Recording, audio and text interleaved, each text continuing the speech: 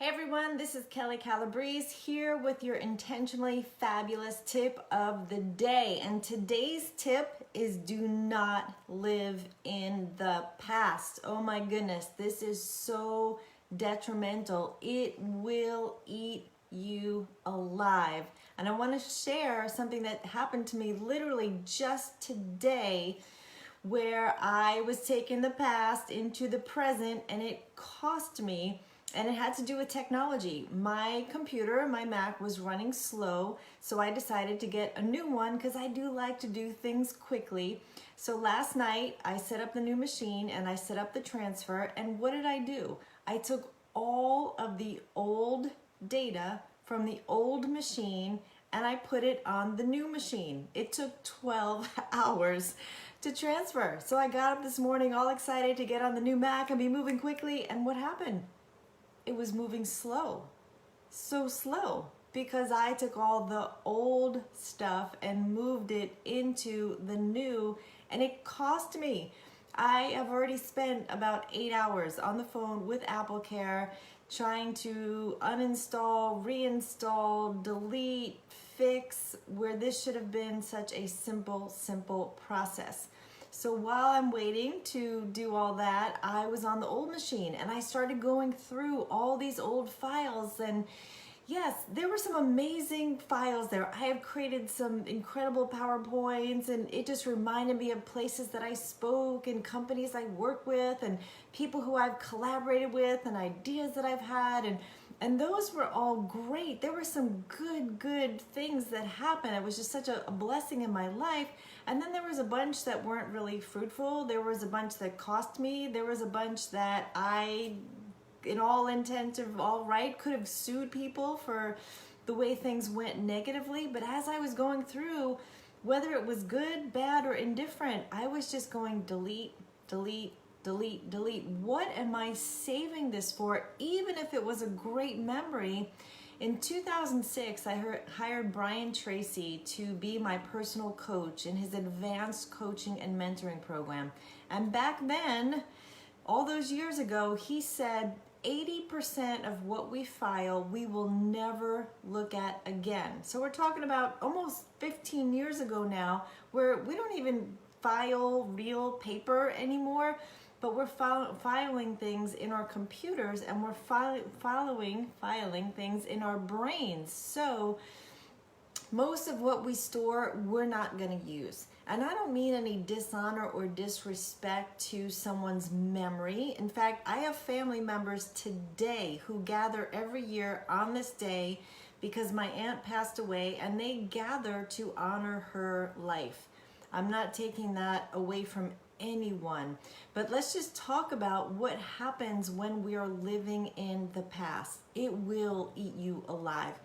You can never go back there. Your past is not even the way that you remember it anyway, because you are a different person. If you're living in the past and you've really connected yourself to these different turning points and moments in your life, you could be absolutely tormenting yourself with this. It could have been so hurtful, and you just keep re-hurting yourself.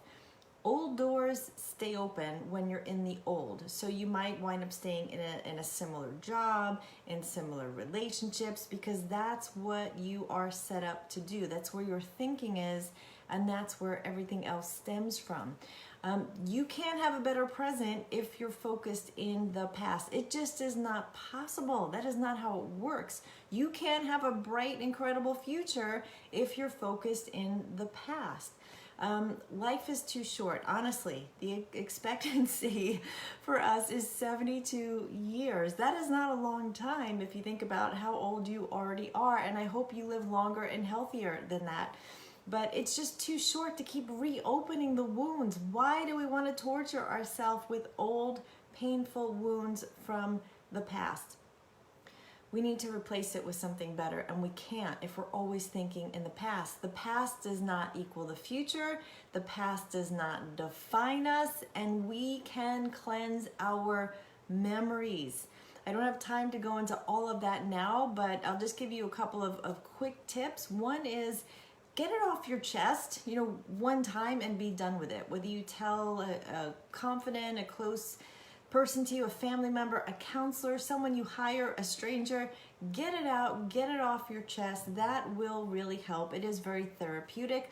Learn from it, but don't dwell on it. So what was good about it? What was the blessing in it? Even if it was hard, even if it was something that was just terrible, there had to be some blessing in it. Stop the blame, stop the guilt, stop the negativity, whatever was attached to it, we can't change it, so just release it. It is so freeing when you do.